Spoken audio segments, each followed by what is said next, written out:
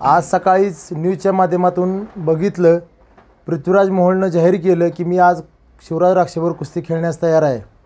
आणि खरोखर त्याने एक बाईट दिली की पंचांच्या निर्णयाचं वाईट वाटतं. हे खरोखर पृथ्वीराजच्या खेळाडू वृत्तीचं म्हणजे कौतुक केलं पाहिजे. आज तो पुन्हा खेळण्यास तयारी झाला आणि पंचांच्या निर्णयाचं वाईट वाटतं म्हणजे ह्याच्यातनं समजून जातो की आपण त्या दिवशी काय घडलं ते.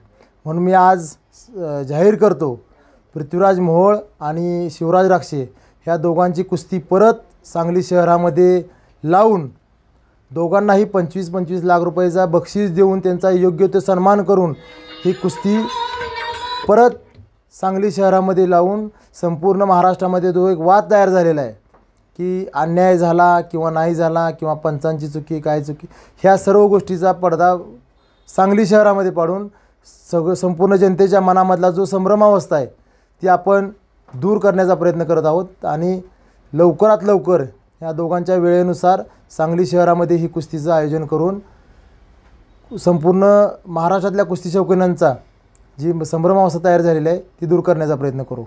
तसेच कुस्तीगीर संघ व कुस्तीगीर परिषद ह्या दोन्हीतनी एकत्र येऊन ह्या दोघांच्या समन्वयानं एक महाराष्ट्र केसरी स्पर्धा ह्या महाराष्ट्रामध्ये झाली पाहिजे.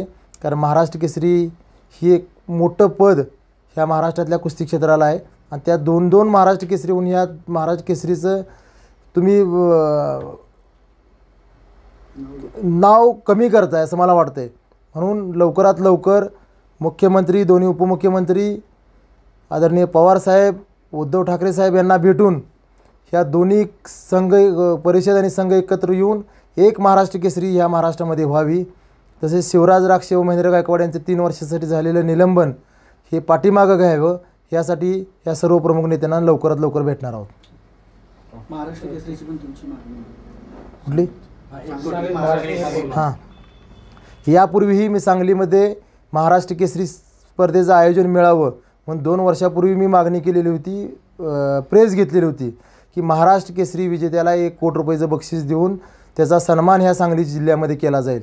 त्याच्या पाठीमागचं कारण एवढंच होतं की एक महाराष्ट्र केसरी होत असताना 50 ते 60 लाख रुपये खर्च करून 15-20 वर्ष त्याची मेहनत करून तो त्या पदापर्यंत पोचलेला असतो. अशा एका स्पर्धेत जवळजवळ 100 चांगले कुस्तीपटू तिथे खेळलेले असतात आणि त्यातनं एक महाराष्ट्र केसरी होतो. त्याला योग्य तो सन्मान झाला पाहिजे.